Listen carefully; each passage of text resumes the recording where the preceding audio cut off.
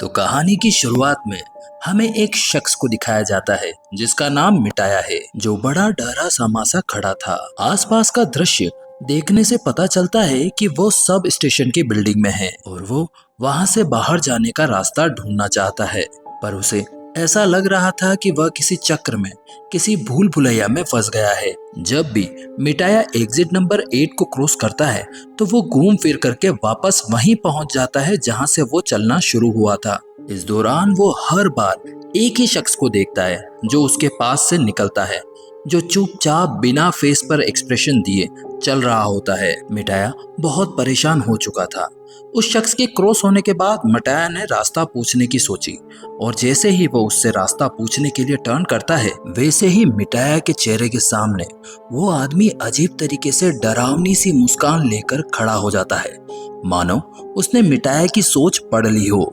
मिटाया उसका यह चेहरा देखकर पूरी तरह घबरा जाता है और उससे कुछ भी पूछे बगैर वह वहां से आगे भाग जाता है। फिर उसकी नजर एक बोर्ड पर पड़ती है जिस पर लिखा होता है एग्जिट 0, लेकिन ऊपर लगे हुए बोर्ड पर लिखा होता है एग्जिट 8। उसे यह बात बहुत अजीब लगती है। एक बार नहीं, दो बार नहीं, यहाँ तक कि 100 बार उसने यहाँ से भागने की कोशिश की। हर बार रास्ता एग्जिट 0 पर ही खत्म होता है। बार बार वो उसी भूल भुलैया में ही घूम रहा है। उसने इमरजेंसी कॉल करने की भी कोशिश की, पर एग्जिट के सभी इंटरकॉम काम नहीं कर रहे थे। और आश्चर्य की बात तो यह होती है कि उसके अपने फोन में भी किसी सिम में सिग्नल नहीं थे। अब वो पूरी तरह परेशान हो गया था। थक हार के वो एक जगह खड़ा हो गया। वहीं उसकी नजर दीवार पर लगी एक तस्वीर पर पड़ती है, जहां पर अजीब से लूप में चींटियां फंसी हुई थी और बिल्कुल उसी की तरह मंजिल ढूंढने की कोशिश कर रही थी। लेकिन ना उस लूप की कोई मंजिल थी, ना ही मिटाया को मंजिल मिल रही थी। इस पिक्चर को देखकर मिटाया को यह कंफर्म हो जाता है कि वो किसी प्रकार के एक लूप में फंस गया है और अब पूरी जिंदगी इससे बाहर नहीं निकल सकेगा।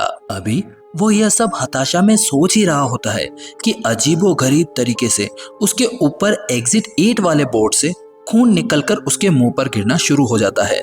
मिटाया इतना ज्यादा घबरा जाता है कि वह आगे भागने के बजाय पीछे की ओर भाग जाता है। वहां पर उसे एक चौंकाने वाले रहस्य का पता चलता है। पहले जिस बोर्ड पर एग्जिट 0 लिखा हुआ था, अब उस बोर्ड पर एग्जिट 1 लिखा हुआ होता है, लेकिन बाकी सारी चीजें वैसी की वैसी ही होती हैं। एग्जिट 1 वाले बोर्ड पर कुछ टिप्स लिखे हुए होते हैं, जिसमें से एक था कि गौर करो, अगर कुछ भी पहले से बदला हुआ दिखे या एबनॉर्मल दिखे तो फौरन पीछे की तरफ भाग जाना, और अगर तुम्हें कुछ भी एबनॉर्मल या चेंज हुआ ना दिखे तो पहले की तरह एग्जिट 8 की तरफ बढ़ते रहना।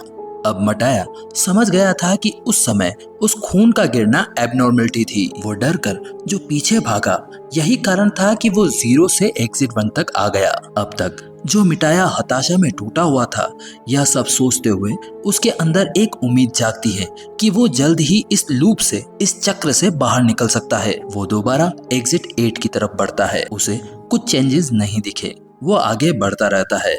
अब वो आगे जाकर देखता है तो फिर से एग्जिट 0 वाला बोर्ड देखकर वो हैरान रह जाता है। जहां पहले एग्जिट 1 लिखा हुआ था, वो वापस 0 हो गया था। मतलब साफ था कि उसने कुछ गलत किया था। यह देखकर मिटाया समझ गया था कि यह भूल भुलैया किसी गेम की तरह है, जिसमें एक गलती गेम एंड करके आपको 0 तक पहुंचा देती है। अगर मिटाया को इस चक्रव्यूह से बाहर निकलना है तो उसे इस गेम के रूल्स को फॉलो करना होगा और ध्यान पूर्वक खेलना होगा। उसके बाद मिटाया को एक आइडिया आता है।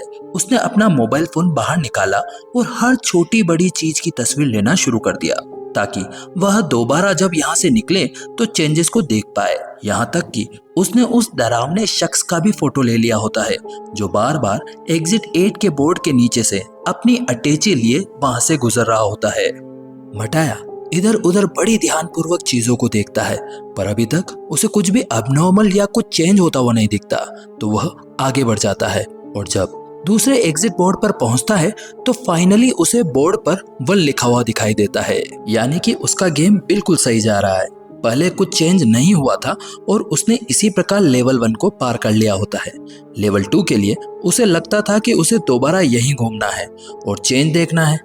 अब वो अपना मोबाइल निकालता है और चेंज ढूंढने के लिए फोटो को देखता है, पर उसके मोबाइल में आई हुई सभी पिक्चर्स ब्लर हो गई थी, जिसमें अब उसे कुछ भी समझ में नहीं आ रहा था। अब वो यह तो समझ गया था कि उसे यह गेम जीतने के लिए सिर्फ अपने दिमाग का इस्तेमाल करना होगा, उसे अपने फोकस को बढ़ाना होगा। अभी वह यही सब सोच ही रहा होता है कि उसने देखा कि जो आदमी हमेशा एग्जिट 8 के नीचे वाले बोर्ड के नीचे से गुजरता था, वह वहीं रुक गया।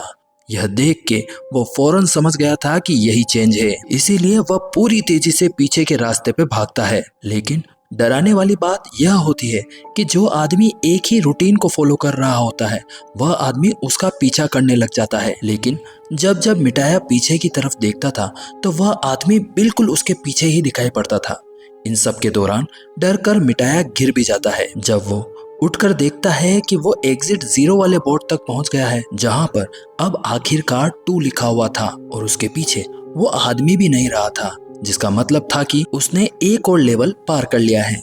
2 लेवल को पार करने के बाद मिटाया की उम्मीदें और भी बढ़ जाती है। पूरी एकाग्रता और आत्मविश्वास के साथ वो हर चीज को याद करके चेंज ढूंढने की कोशिश कर रहा था और दोबारा उसी मेज के अंदर घूम रहा था।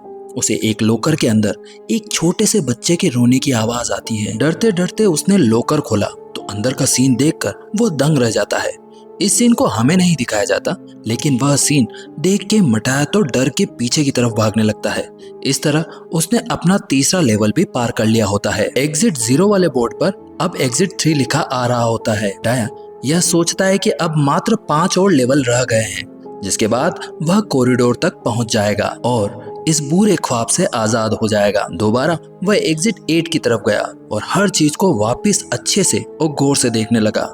इस बार उसे ऐसा महसूस हो रहा था कि वह इस कॉरिडोर से गुजर रहा है तो कोई उसे देख रहा है। उसने वॉल पर लगी फोटोज पर गौर किया तो फोटोज में मौजूदा लोगों की आंखें उसे देख रही है। इस चीज को नोटिस किया और बिना सोचे जल्दी से दोबारा पीछे की तरफ भागने लगा और फाइनली एग्जिट बोर्ड 0 एग्जिट 4 के बोर्ड में चेंज हो गया, जिसका साफ साफ मतलब यह था कि उसने 4 लेवल पार कर लिए हैं। यह देखकर वो बहुत ज्यादा खुश हो गया। उसने आधी जंग तो जीत ली थी। वह खुश होने के साथ साथ पैनिक भी ज्यादा हो रहा था, क्योंकि वो अच्छे तरीके से यह जानता था कि अगर उसने एक छोटी सी भी गलती कर दी तो वह वापस इस गेम में 0 पर चला जाएगा। दोबारा उसने एग्जिट 8 की तरफ चलना शुरू किया। वह कॉरिडोर से गुजर ही रहा था कि उसके फोन पर एक कॉल आता है। उसके फोन पर उसकी गर्लफ्रेंड का कॉल आ रहा था। मिटाया थोड़ी शंका में था। उसकी गर्लफ्रेंड के कॉल को देखकर उसे काफी अजीब महसूस होता है, क्योंकि हाल ही में तो उन दोनों ने एक दूसरे को छोड़ने का फैसला किया था। फिर दोबारा उसका कॉल क्यों आया, यह सोचकर मिटाया ने उसका कॉल उठा लिया तो मिटाया को पता चलता है कि वह पिता बनने वाला था। उसकी गर्लफ्रेंड ने यह सारा फैसला मिटाया पर छोड़ दिया होता है। अगर मिटाया इस बच्चे को पैदा करना चाहता था तो वह मिटाया के पास आने के लिए दोबारा तैयार थी। यह सुनकर मिटाया का दिल बेचैन होने लगता है। उसे कुछ दिन पहले की बात याद आती है, जब वो एक ट्रेन में सफर कर रहा था।